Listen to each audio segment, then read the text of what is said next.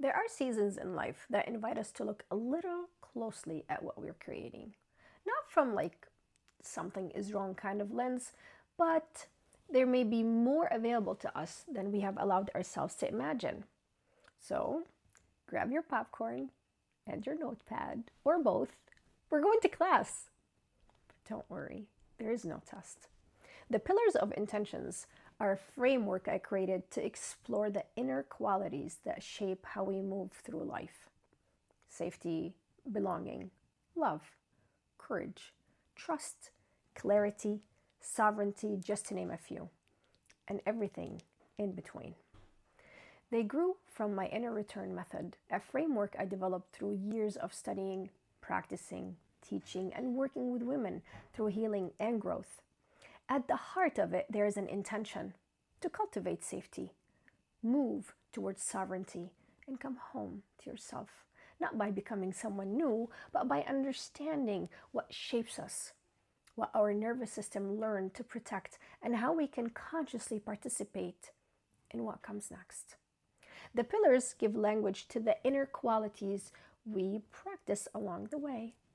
Not simply as beautiful ideas, but a state of being we can begin to understand, experience, and embody. And that naturally brings us to the relationship with our inner child. Because we didn't first learn safety, love, belonging, or trust intellectually, we experience them through our bodies, through relationships, through whether we felt soothed, seen, protected, encouraged, listened to, loved, or not.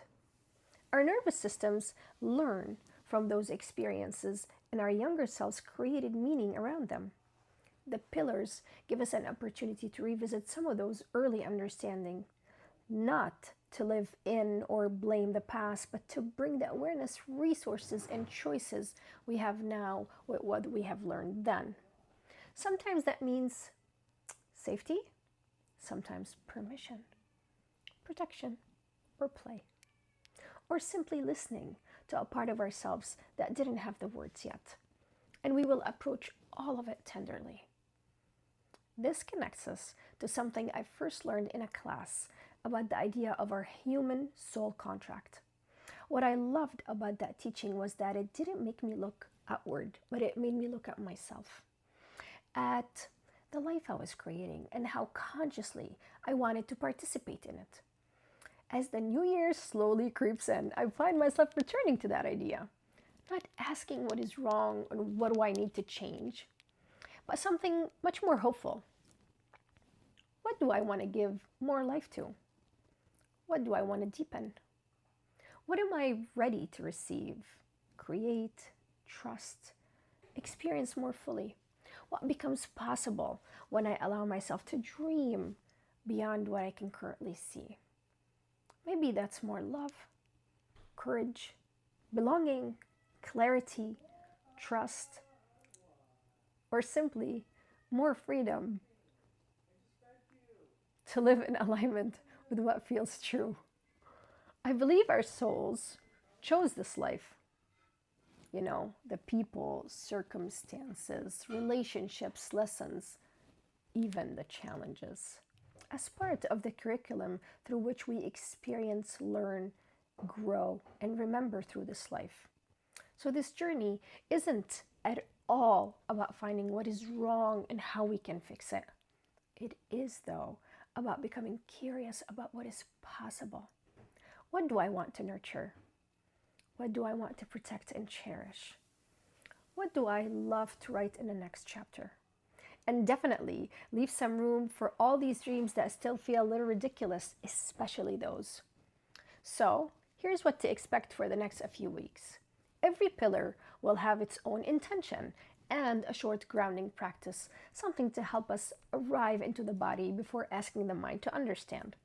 Then we will widen the aperture and explore through a few different lenses: science and the nervous system, what's happening beneath consciousness awareness, then the conscious experience, spirituality, meaning, purpose, and connection held alongside science rather than opposition to it, shadow and light, how each quality can support us, protect us, or become distorted. emotional maturity, our responsibility, discernment, and our capacity to hold more complexity. And then we will bring that into action. What can I notice? What can I practice? What can I actually do differently? I will share some resources that I have been experimenting with, but please explore beyond mine. Question, research, find what resonates with you. And we will close each pillar with gratitude, a moment to soften and receive what we have explored. One last thing. You will notice that every pillar has its own code, a symbol, a color, and imagery. Think of them as another language running alongside the teaching. The words speak to the mind.